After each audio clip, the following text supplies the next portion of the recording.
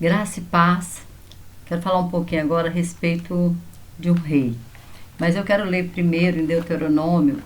Deuteronômio, ainda, né, o povo ainda nem, quando Moisés cita esse livro aqui, ele está fazendo uma repetição, né, de tudo que aconteceu desde a saída do povo do Egito, porque o povo estava prestes a entrar na terra de Canaã e a velha geração já havia morrido. E agora a nova geração estava entrando, ia entrar, né, com Josué. E o único, né, os únicos dois que entrariam da geração antiga era Josué e Caleb. Então, Moisés ele está repetindo algumas coisas da lei, falando, né, contando a história agora para essa nova geração.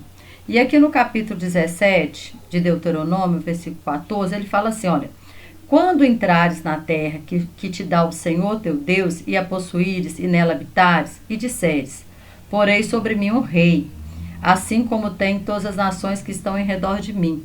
Interessante, né, que eles ainda nem tinham entrado na terra. Nós sabemos que depois, na época de Josué, eles não pedem rei. Depois passa o período dos juízes, e quando chega o último juiz, na época de Samuel, então eles pedem um rei. Mas Deus já sabia disso, né? Como Deus sabe todas as coisas. Então Deus falou algumas coisas, alguns deveres desse rei que fosse empossado. E aí no verso 15 ele fala assim: porá certamente sobre ti como rei aquele que escolheu o Senhor teu Deus. Dentre teus irmãos porás rei sobre ti. Não poderás pôr homem estranho sobre ti que não seja de teus irmãos. Ou seja, você tem que ser da nação de Israel, né? Olha o rei, porém não multiplicará para si cavalos, nem fará voltar o povo ao Egito para multiplicar cavalos, pois o Senhor vos tem dito: nunca mais voltarei por este caminho. Então ele já deixou determinado alguns deveres daquele rei, né? Não poderia multiplicar para si cavalos, tampouco para se multiplicar mulheres, também não poderia multiplicar mulheres, para que o seu coração se não desvie, nem prata nem ouro multiplicará muito para si. Será também que, quando se assentar sobre o trono do seu reino, então escreverá para si um translado desta lei no livro do que está diante dos sacerdotes do levita, e o terás consigo, e nele lerá todos os dias da sua vida, para que aprenda a temer ao Senhor seu Deus, para guardar todas as palavras desta lei e estatutos para fazê-los. Ou seja, Deus já tinha determinado: olha, quando tiver um rei, não é para ele multiplicar cavalo, não é para ele multiplicar ouro nem prata, e não é para ele multiplicar para si mulheres. E aí nós vemos o rei mais sábio, né, que é Salomão. E Salomão ele faz tudo isso, tudo isso.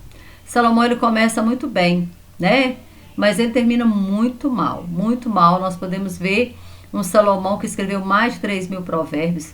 Um Salomão, né, que no livro de provérbios dá tanto conselhos maravilhosos, mas ele mesmo não seguiu esses conselhos. Quando nós lemos lá em 1 Reis 3, ele pede ao Senhor sabedoria para governar o povo, mas ele não governou a si mesmo. Então, muitas vezes, o maior governo que nós temos que exercer é o governo de nós mesmos, do nosso eu. Como fala, né? Ele mesmo falou em Provérbios 16:32, que o homem que governa o seu espírito, ele é maior do que aquele que domina uma cidade. Olha para você ver. Então ele não governou a si mesmo. Em Gênesis, Deus fala com Adão, né? Com o homem. Né? Você vai dominar sobre os peixes do mar, sobre as aves do céu, sobre tudo aquilo que se move sobre a terra. Claro, o homem não podia dominar outro homem, mas dominar a si mesmo e dominar a natureza. Porque quando você domina você domina as coisas, às vezes, ao seu redor, não pessoas, tá? Porque ninguém consegue mudar ninguém. Quando você tenta controlar alguém, isso aí é manipulação. E Deus não nos manda manipular ninguém. Nem Deus nos manipula, né? Senão Deus não nos daria livre-arbítrio, escolha. Nós podemos escolher. Mas dominar a nós mesmos. Deus fala com Caim: Caim, o pecado já à porta. Cabe a você dominá-lo. Ou seja, dominar a sua carne, dominar a sua vontade, dominar o seu querer. Mas Salomão ele cai justamente nisso. Ele deixa de se dominar. Então nós vemos alguns erros que Salomão comete. O primeiro erro dele, que ele manda matar o seu irmão Adonias. Por quê? Porque Adonias, havia um espírito de competitividade. Adonias, ele era o primogênito. E naquela época, o primogênito era que herdava o trono. Porém, Deus escolheu Salomão. E foi uma grande misericórdia de Deus escolher Salomão. Talvez até mesmo, né, para abençoar Betseba, porque ele era o filho da Betseba. E imagina quantas vezes, né, ele pode ter sido recriminado. Ah, é o filho da adúltera. Mas ela foi vítima na situação. Tanto que quando Natan vai lá corrigir Davi, ele não fala. Ele fala que ela era uma ovelhinha inocente. Ele trata ela como uma cordeirinha. Né, que ali na parábola que ele conta para Davi. Então ela foi levada porque o rei ele fazia ele dominava sobre as pessoas. Então ela foi levada ali e ela se deita com o rei. Por quê? Porque ninguém falava não para o rei. E aí Salomão foi escolhido por Deus, como Davi foi escolhido por Deus. Davi foi escolhido por Deus, e Saul estava no trono, ele não matou Saul, ele teve a oportunidade de matar Saul, mas ele não matou Saul para encurtar o caminho, não. Então nós sabemos que se Salomão ele foi escolhido por Deus, Deus é que ia sustentar ele no trono. Não precisava dele mandar matar Adonias. Então ele já começou mal, foi um primeiro erro. Começou a governar, né, assassinando seu irmão. Segundo erro, que você lê em primeiro Reis, capítulo 3, fala que ele fez uma aliança. Uma aliança com quem? Uma aliança com o Egito. Irmãos, é uma aliança com o mundo e nós temos que ter muito cuidado com as alianças que nós fazemos. Olha, fala assim: e Salomão se aparentou com Faraó, rei do Egito, e tomou a filha de Faraó e a trouxe à cidade de Davi, até que acabasse de edificar a sua casa e a casa do Senhor e a muralha de Jerusalém em volta, né? Não em roda mesmo. Então, ele fez uma aliança com o Egito. Ele fez uma aliança com o Egito. E depois nós vamos ver que ele traz muitos cavalos do Egito. Porque os cavalos do Egito na época eram como uma Ferrari. Era como uma Ferrari. Né? Então, ele começa essa aliança achando que, fazendo aliança de paz, sem a direção de Deus, iria dar certo. Meu querido, nós não precisamos fazer aliança com ninguém sem a direção de Deus. Só nos aliançamos, né, quando Deus abençoa essa aliança. E Deus já tinha dito lá, né, em Deuteronômio, que eu acabei de ler para vocês, que não era para fazer o quê? Aliança com o Egito, nem fazer o povo voltar para o Egito. Egito significa o mundo. Então ele faz essa aliança. Terceira coisa que ele demorou. Ele só no 4º ano do reino dele é que ele começa a edificar o templo. O templo que Davi já tinha deixado planta, Davi já tinha deixado orçamento, já tinha deixado praticamente tudo pronto. Era para ele edificar o templo. Davi quis edificar e Deus falou: não, na tua mão tem muito sangue, porque Davi era guerreiro. Teu filho edificará. Mas olha o verso, o 1 Reis 6 fala assim, ó: e sucedeu que no ano 480, depois de sair os filhos de Israel do Egito, no ano 4º do reinado de Salomão sobre Israel, no mês de Sivê, este é o 2º mês, Salomão começou a edificar a casa do Senhor. Ele começou a edificar, então, somente depois do 4º ano. E fala aqui no 6, o último versículo do capítulo 6, versículo 38, fala assim: e no ano 10º, no mês de Bul, que é o mês 8º, se acabou essa casa, com todas as suas dependências, e com tudo o que lhe convinha, e edificou em 7 anos. Ele demorou 7 anos para edificar a casa. Mas olha quantos anos ele demorou para edificar o palácio. O 7, versículo 1. Porém, a sua casa edificou Salomão em 13 anos, e acabou toda a sua casa. Também edificou a casa do bosque do Líbano, de 100 covados de comprimento. E aí vai falando o que ele vai fazendo, né? Então, 7 anos ele demorou para construir o templo, mas 13 anos para construir a casa dele. Qual que era a prioridade? Qual que ficou, né, que ele gastou mais ouro, mais prata, mais dinheiro? E a palavra de Deus fala que na época de Salomão havia prata, né, como pedras. Era como pedras as pratas na época de Salomão, de tanto dinheiro que havia na época de Salomão. Tanto ouro que havia nessa época, que eram como pratas. E aqui em 1 Reis 10, o 27 e o 28 fala assim. 1 Reis 10, o 27 e o 28. Peraí. Que eu nem cheguei no 10. Peraí. Fala assim. E fez o rei que em Jerusalém houvesse prata como pedras. Olha para você ver. A gente passa na rua e vê pedra, né? Na época de Salomão, não era pedra, era prata. Havia tanta prata como pedras. O que o Senhor falou lá em Deuteronômio? Não multiplicará para si prata nem ouro. Então está dizendo aqui, olha. E fez o rei que em Jerusalém houvesse prata como pedras e cedros em abundância, como figueira brava estão nas planícies. E tiravam cavalos do Egito para Salomão, e as manadas o recebiam, os mercadores do rei, cada manada por um certo preço.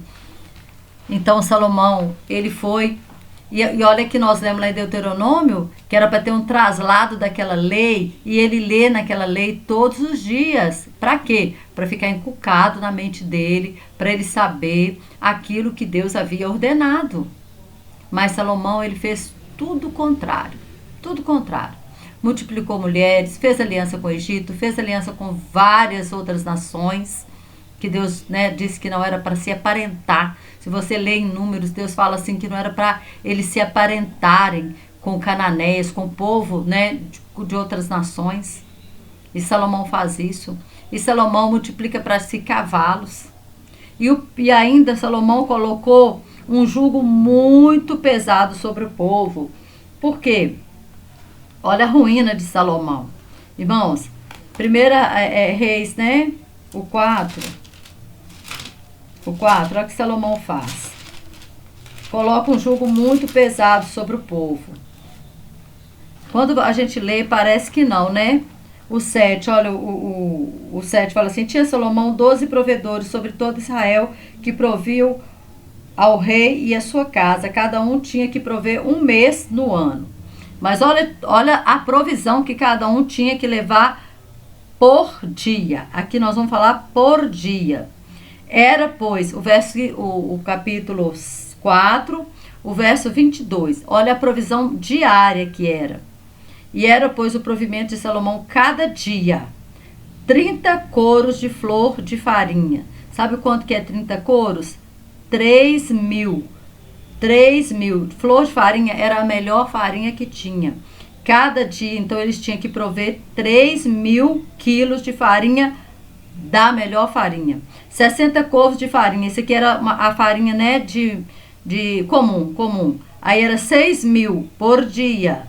6.000 quilos por dia de farinha comum. 10 vacas gordas, 20 vacas de pasto, 100 carneiro, afora os veados e as cabras monteses e os corvos e as aves cevadas. E aí o 24 fala, porque dominava sobre tudo quanto havia da banda de cá do rio Eufrates. Então, olha a provisão diária. Então ele arrumou 12 provedores. Só que isso aqui ficou muito pesado. E quando Salomão morre, o que o povo faz? O povo fala para o filho dele, Roboão: Roboão, tira de nós esse jugo. Nós não estamos aguentando mais, não. Nós não estamos dando conta disso, não. Mas aí, o que Roboão faz? Vamos lá em 1 Reis 11. 11, olha. A idolatria de Salomão e a ira de Deus contra ele. Então, quando Salomão se envelhece, ele começa a adorar vários deuses. Se você quiser ler a 1 Reis até o capítulo 12, do 1 até o 12, que você vai entender essa história claramente. Eu não posso ficar aqui lendo tudo, porque senão o vídeo fica muito longo. Mas aqui você vai ver que ele adorou muitos deuses. Ele tinha 1.000 mulheres, gente, 1.000 mulheres. E essas mulheres estrangeiras, elas adoravam outros deuses. E ele acabou levantando altares a esses outros deuses. Então ele foi só, como o salmista fala, né? O homem cava uma cova e depois ele cai dentro dela. Né? Ele foi cavando covas, depois ele caiu dentro dela. E aí, em 1 Reis 11, conta a história, né, da idolatria dele. Mas em 1 Reis 12, 12. Eu quero ler só alguns versículos aqui para você entender. Salomão morre, né? No final do 1 Reis 11, aí do 41 ao 43 fala da morte de Salomão. Aí no 12 começa a governar o seu filho, Roboão. Só que Roboão, o povo chega para ele e fala assim: olha, tira de nós esse jugo, Roboão, nós não estamos aguentando não. Como assim ter que prover a casa do seu pai? Com tudo isso, diariamente. Isso era diário. E aí, o que acontece? Salomão, ele não dá crédito para o povo. Primeiro eu vou ler o verso 4 e 5, olha, de 1 Reis 12, tá? O verso 4 fala: teu pai agravou o nosso jugo, agora pois alivia tu a dura servidão de teu pai e o seu pesado jugo que nos impôs, e nós te serviremos. E ele lhe disse: ide-vos até o terceiro dia e voltai a mim. E o povo se foi. Então o povo falou assim: olha, nós não aguentamos mais pagar impostos, nós não aguentamos mais esse jugo pesado que seu pai colocou sobre nós. Alivia o nosso jugo e nós te serviremos. Ele falou assim: vamos embora, daqui a 3 dias vocês voltam. E aí eu vou dar uma resposta. E aí ele ouviu os anciões, e os anciões falou para ele: ouve o povo, atende aquilo que o povo está te pedindo e o povo vai te servir. Beleza. Mas aí ele foi ouvir também os jovens da idade dele. O jovem da idade dele falou assim: ah, que nada. Seu pai foi duro, seja mais duro que seu pai. Seja mais duro, o povo obedeceu seu pai, vai obedecer você também. Seja pior que seu pai. E essa é a resposta que ele dá para o povo. Aqui no versículo 13 e 14, ele fala: olha, e o rei respondeu ao povo duramente, porque deixaram o conselho que os anciões lhe haviam aconselhado. E lhe falou conforme o conselho dos jovens, dizendo: meu pai agravou o vosso jugo, porém eu ainda aumentarei o vosso jugo. Meu pai vos castigou com açoites, porém eu vos castigarei com escorpiões. O rei, pois, não deu ouvidos ao povo, porque essa revolta vinha do Senhor, porque o próprio Deus, né, ele já estava irado com tudo que vinha acontecendo. E aí o que aconteceu? Uma divisão no reino. O reino agora, 10 tribos desconheceu, não aceitou. Houve o que? Uma revolta dentro da própria nação. E o povo, então, agora não aceitou Roboão como rei sobre eles. E aí eles elegeram Jeroboão. É aí aonde acontece, né? Que você vai lendo na Bíblia assim: rei de Israel, rei de Judá, rei do reino do norte e rei do reino do sul. Houve uma divisão dentro do país. É como se aqui no Brasil, né? Por exemplo, o Rio Grande do Sul se apartasse e tornasse uma outra nação. Está dentro do Brasil, mas tem outro presidente, outra pessoa aqui, outras leis. Assim aconteceu com a nação de Israel. 10 tribos, que são as 10 tribos do reino do norte, desconheceram o reino de Israel, Reoboão como rei. E somente a tribo de Judá e Benjamim continuou. E mesmo assim continuou, sabe por quê? Porque Deus tinha dito, né, que da semente de Jessé, da raiz de Jessé, da semente de Davi, ia nascer aquele que ia pisar na cabeça da serpente, que era o nosso Senhor Jesus Cristo. Só e por isso Deus manteve Roboão no trono, né, a descendência de Davi no trono, por causa da insensatez de Salomão. Então nós podemos entender que ele teve sabedoria em muitas coisas, mas ele não teve sabedoria na sua vida particular. Ele não teve sabedoria para governar a si mesmo. Ele não teve sabedoria para governar a sua carne. Porque em Eclesiastes fala que ele não negou nada para a sua carne. Tudo que a carne dele quis, ele fez. Mas nós não podemos ser dominados pela carne. Nós precisamos ser dominados pelo Espírito. Amém? Espero que você possa entender, que nós possamos aprender com os erros de Salomão, para nunca cometê-los e fazer aquilo que está escrito lá em Deuteronômio. Lê a palavra, lê todos os dias, porque ela nos ensina, ela nos dá a direção, né? O próprio Davi diz, né? Lâmpada para os meus pés é a tua palavra e luz para o meu caminho. Então que essa palavra ela seja a direção para nós, que nós possamos aprender ela tem muitas virtudes, muitos personagens com grandes virtudes e personagens também com grandes erros, que nós possamos aprender com as virtudes e com os erros de cada um. Ok? Que Deus continue te abençoando poderosamente em nome de Jesus e até o próximo vídeo.